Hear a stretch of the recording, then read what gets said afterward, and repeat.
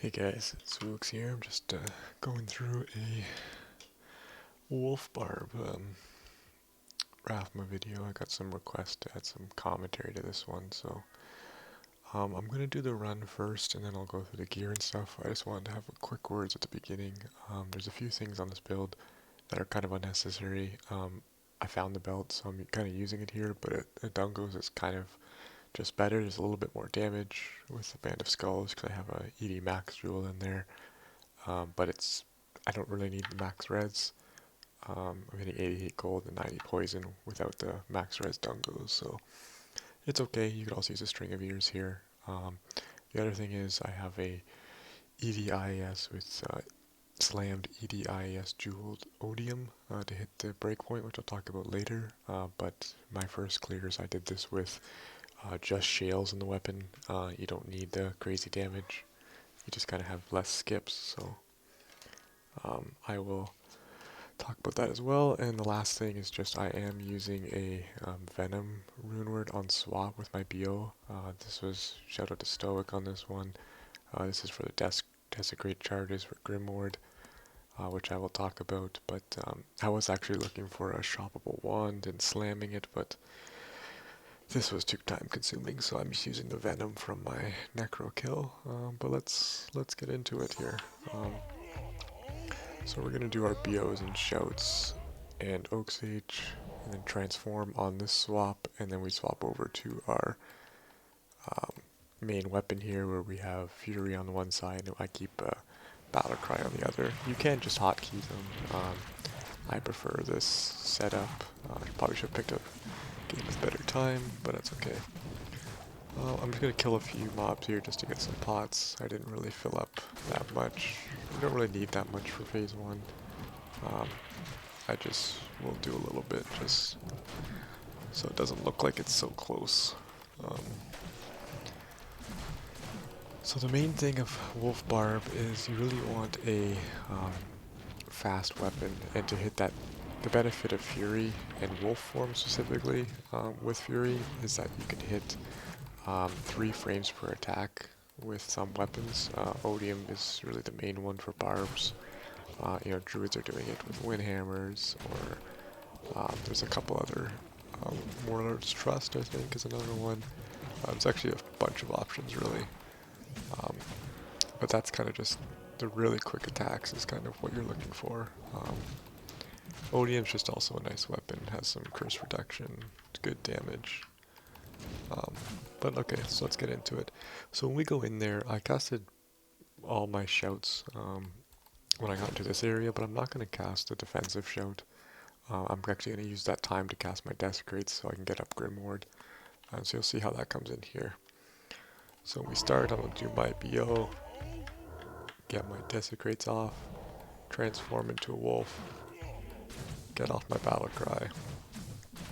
And I'm going to stop damaging here so I don't phase past the double phase the golems. If you do a little bit more crushing blow damage, you can try to push past the first golem. But I didn't quite have enough damage there, so I'm just going to accept the first golem. Oh, there we go. And then get some additional Grim Wards up. And this time we're going to try to go just through the poison phases if we can. So you would stop here if you didn't think you had enough damage, but I think I have enough damage. I can go one more.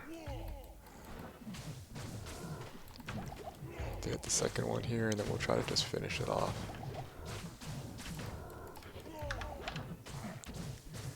Just like that. So that's where you can skip basically all the phases. The damage is just really high on Wolf. You just have to watch the health bars so you don't get between a poison phase and spawn the golems. So we use Death Hands there. That's just for the PLR.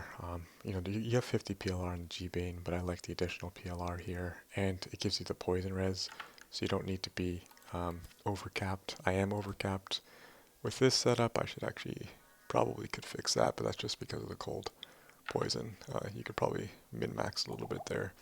I put Drainers on for P2, just to get a bit more damage on the Void Knights and such, so it's just a little bit more damage. It's not really necessary. I've done the fight just with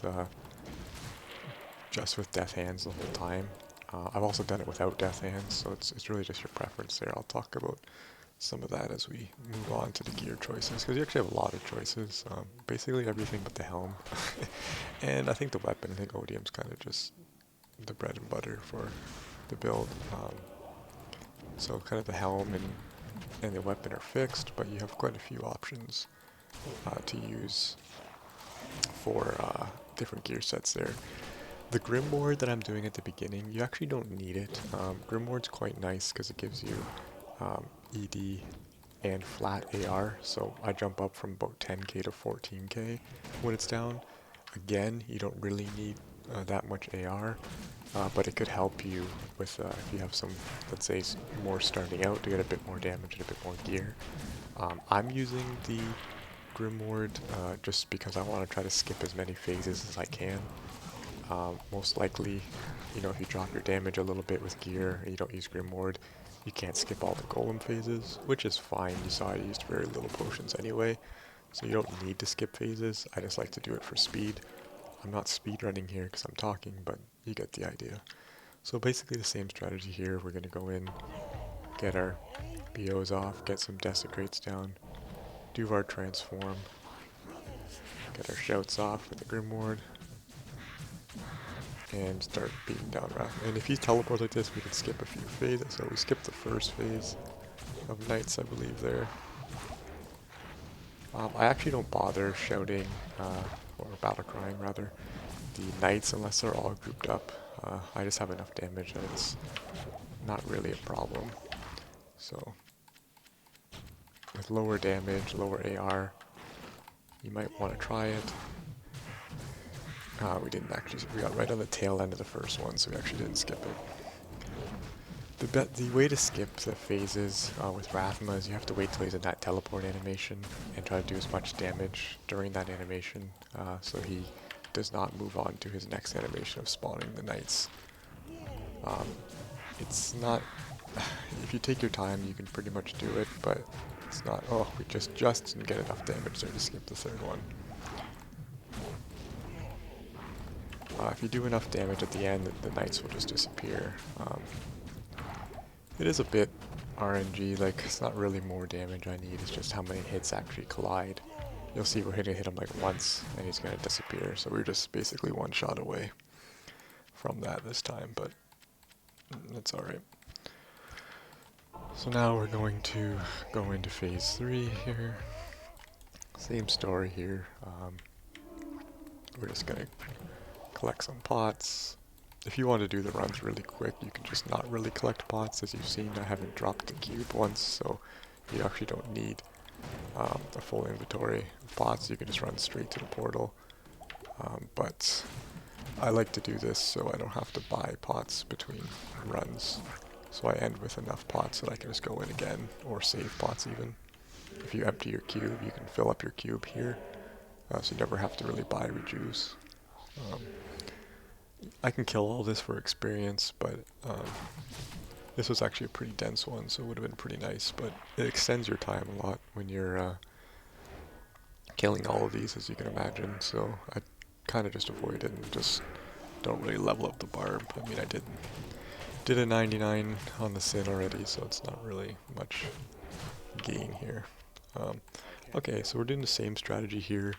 But what I am going to try to do is not damage men down until I can split them, but you always want to fight men down first, so I'll kind of walk through that as I'm doing that.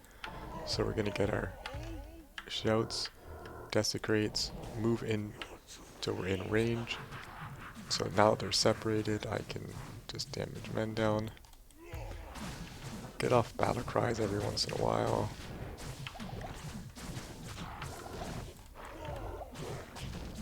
We have to antidote that part here. A little bit of a belt fix just in case we phase Rathma. But we're going to finish off men down here. Cast another Grimoire. Refill our belts. So now you could drop your antidotes at this point, but again, this is one of those ones where I just kind of... Oh, we almost skipped all the voids there. You'll see we're only going to get one void phase, which is nice. We almost skipped all of them. Make sure you have a Grimoire up on either side.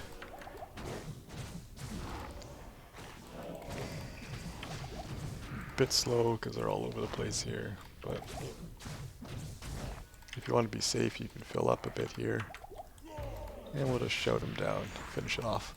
So that was pretty much it. The other thing with Grimoire is you can tell that you're in range of Grimoire with this icon here. So you see I'm not in range here, but I'm in range here. So that's why I do 2 here. So when I have a second one up, anywhere in this arena, Grimoire is active for me.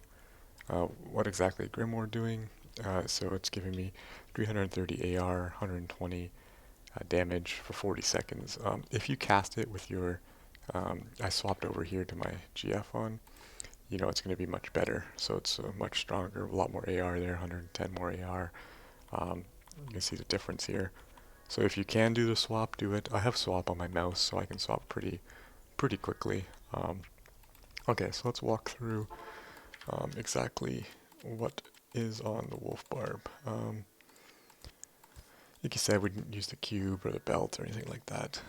So let's go through this together. So for the weapon, we're using the Odium ED-IS Slam. There's a few options you can do here. You want 140 IS on the Odium. It comes with 65, so you can do 5 sockets with ED-IS or some shells and ED maxes. There's a few options you can do.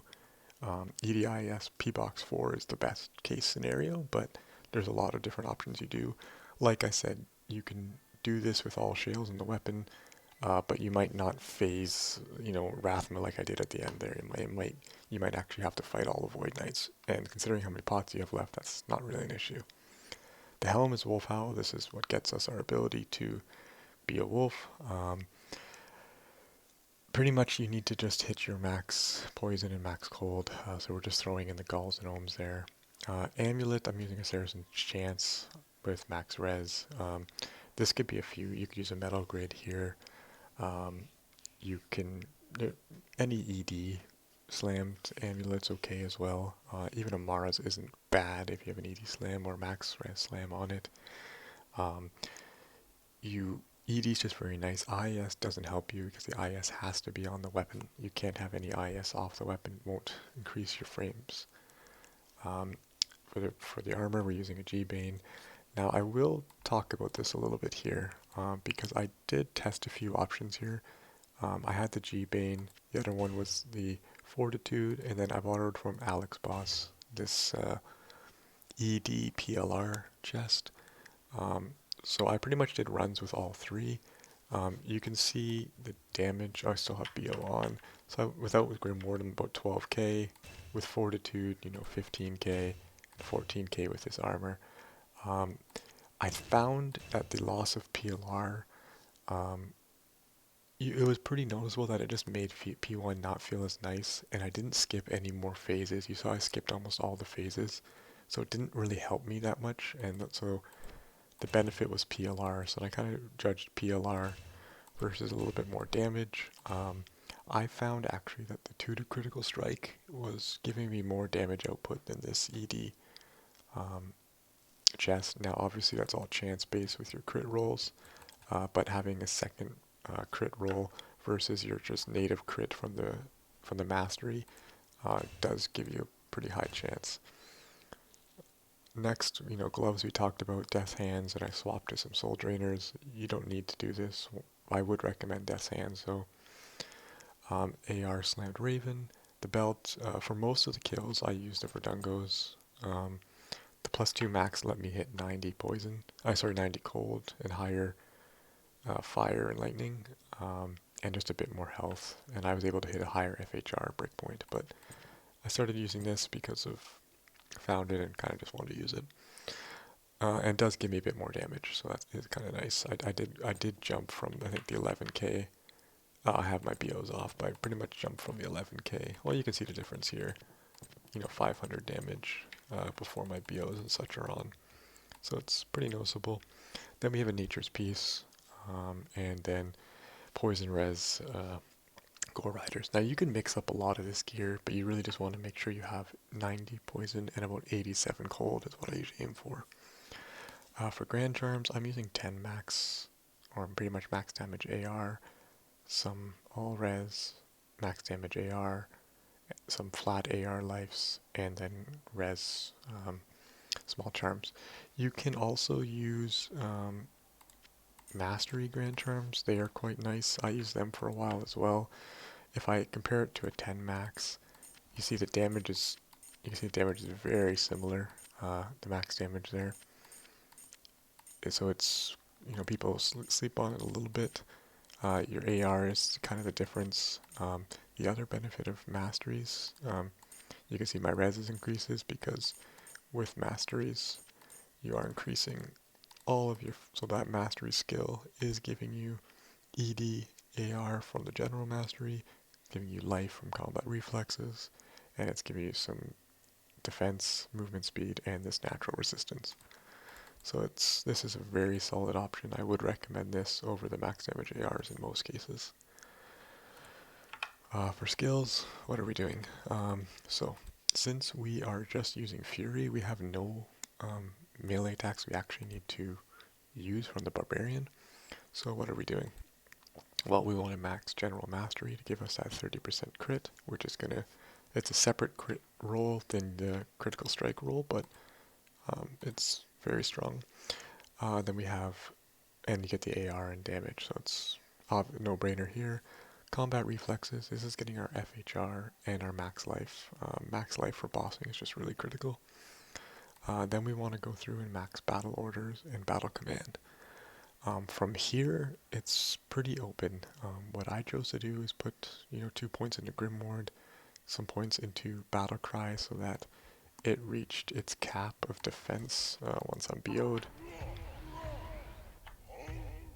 So once I'm BO'd, then it's the minus 30 defense and about 21 PDR. And then I also put quite a few points into natural resistances. I did this just so I could fit in more max damage terms, but you could take points out of natural resistances and put it into Battle Cry or Grimward, depending how you like to play. If you don't like the play style of desecrating and doing Grimward, you can just move all these points into Battle Cry, and it'll be pretty similar. It's not a problem. If you're going to do that though, what I would recommend, which a lot of barbs do, is they use a Mang's Song. Because the 6 to all skills, as you can see, my werewolf is 180 damage. When I have the grandfather and venom on, it is 120, so you get that extra 60% damage there. So it's better than using the 2 GFs for that, so it's kind of nice. The 2 GFs will give you more damage on your battle command as well, so it depends what you really want to do, maxing your life versus damage and everything like that. But for me, I preferred to have this after I played around with it a little bit. Yeah, that's pretty much it for the Wolf Barb. Like I said, the main thing is with this 3 FPA weapon you want. For this, you can use some of the IES calculators. If you have any questions, I can go through some of the options with you guys. For stats, just the minimum strength to require everything, same with dexterity, and then it's a rest and vitality. AR, I like to be around 9-10k for the Rathma fight. They have pretty low defense, so you don't actually need that high. You can get away with like 7k. Especially if you're using Battle Cry often, because you're taking away 30% of their defense, and it's pretty easy to get that off often. That's one benefit of the Wolf Barb, is that you're just able to cast this constantly between your Furies. I didn't go through a lot of the fight mechanics. You can probably go back and watch some of my Cobra ones, or I can do a follow-up video here if you guys are interested.